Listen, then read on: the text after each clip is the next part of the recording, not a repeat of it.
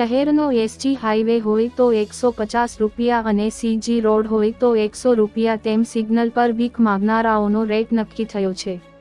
આ human ટ્રાફિકિંગનું racket Ahmedabad crime બ્રાન્ચે શોધી કાઢ્યું છે। અમદાવાદ ક્રાઇમ બ્રાન્ચે એક દિવસમાં 9 ફરિયાદ કરી છે અને 15 બાળકોને રેસ્ક્યુ કર્યા છે। જ્યારે બીજી માસૂમ બાળકીઓની સાથે કોઈ અનૈતિક કૃત્ય થયું છે કે નહીં તે ચેક કરવા માટે તેમનું મેડિકલ ચાલી રહ્યું છે। એક રિપોર્ટ ગુજરાત ગીતા ન્યૂઝ અમદાવાદ।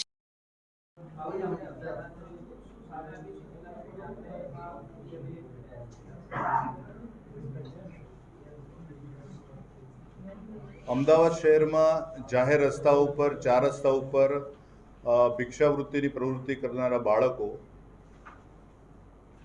કયા સંજોગોમાં એ ભીખ માગવા માટે મજબૂર બન્યા છે અથવા તો એમને કોઈ શોષણ કરી રહ્યું છે। આ બાળકોનો ઉપયોગ દેહ તસ્કરી અથવા તો ડ્રગ્સ પેડલિંગ માટે અથવા તો ફરજિયાત એમને કોઈ ડરના ઓથા હેઠળ ભીખ માગવામાં મજબૂર કરવામાં આવે છે કે આ અંગેની જે ધ્યાને રાખી એક કાર્યવાહી હાથ ધરવાનું નક્કી કરવામાં આવેલું અને એના પ્રથમ ભાગમાં એન્ટી હ્યુમન ટ્રાફિકિંગ યુનિટ દ્વારા આ ડ્રાઈવ અલગ અલગ તબક્કામાં યોજેલ છે અને એની કાર્યવાહી સતત કરવામાં આવનાર છે। તો પ્રથમ ભાગમાં કુલ 14 બાળકો એટલે કે જેમની ઉંમર 10 થી 14 વર્ષની વચ્ચેની છે એવી 7 બાળકીઓ અને 7 બાળકોને રેસ્ક્યુ કરવામાં આવેલા। આ જે બાળકો જે છે એમની જે ઇનિશિયલ કાઉન્સેલિંગ કરવામાં આવી એ કાઉન્સેલિંગમાં જાણવા મળ્યું કે એમના માતા પિતા આર્થિક કારણોસર આ બાળકોને ભીખ માગવા માટે મજબૂર કરે છે।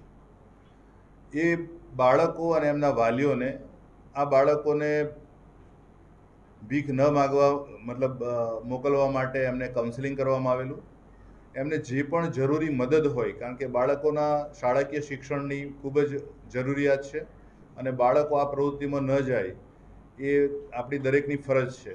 તો એ ભાગરૂપે એ વખતે એક વાલી વિરુદ્ધ એક ગુનો નોંધવામાં આવેલો અને ચાઇલ્ડ વેલફેર કમિટીના સંકલનમાં રહી આ 14 બાળકોને પ્રથમ બાળગૃહમાં અને ત્યારબાદ એમના વાલીઓને પરત સોંપવામાં આવેલા હતા। આ જ પ્રકારે ડ્રાઈવના બીજા ભાગમાં ગઈકાલે કુલ 5 ટીમો કામે લાગેલી સવારે 11 વાગ્યાથી રાત્રિના 22:00 સુધીમાં।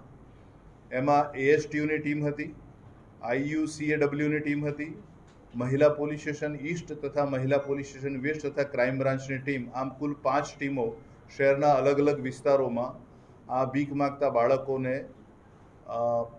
આ સુરક્ષિત કરવાના આશયથી કુલ 15 બાળકો રેસ્ક્યુ કરવામાં આવેલા છે। એમાં 9 કિશોર છે અને 6 કિશોરીઓ છે। આ બાળકો પણ અગાઉ જે રેસ્ક્યુ કરાયેલા બાળકોની જેમ જ એમના માતા પિતાની આર્થિક પરિસ્થિતિના કારણે એમના મા બાપના કહેવાથી જ આ ભીખ માગવાની પ્રવૃત્તિ કરતા હતા।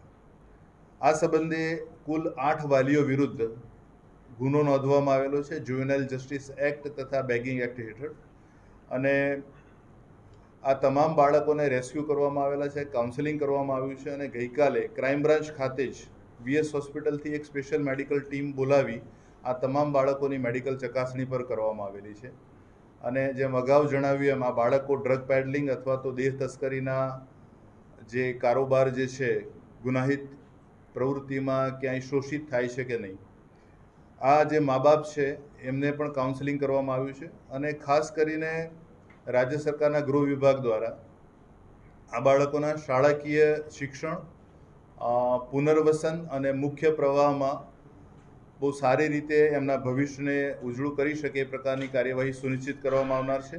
ક્રાઇમ બ્રાન્ચ તથા અમદાવાદ મ્યુનિસિપલ કોર્પોરેશન સંકલનમાં રહી આ બાળકોના પુનર્વસન અને શાળાકીય શિક્ષણની જવાબદારી પણ હાથ લેનાર છે અને આ પ્રકારની ડ્રાઈવ આગામી 6 મહિના સુધી સતત કરવામાં આવનાર છે અને જે પરિણામે પ્રયત્નો એ રીતના રહેશે કે આવનારા 6 મહિનામાં અમદાવાદ શહેરમાં જાહેર રસ્તાઓ પર 4 રસ્તાઓ પર બાળકો ભિક્ષાવૃત્તિની પ્રવૃત્તિ ન કરતા જોવા મળે।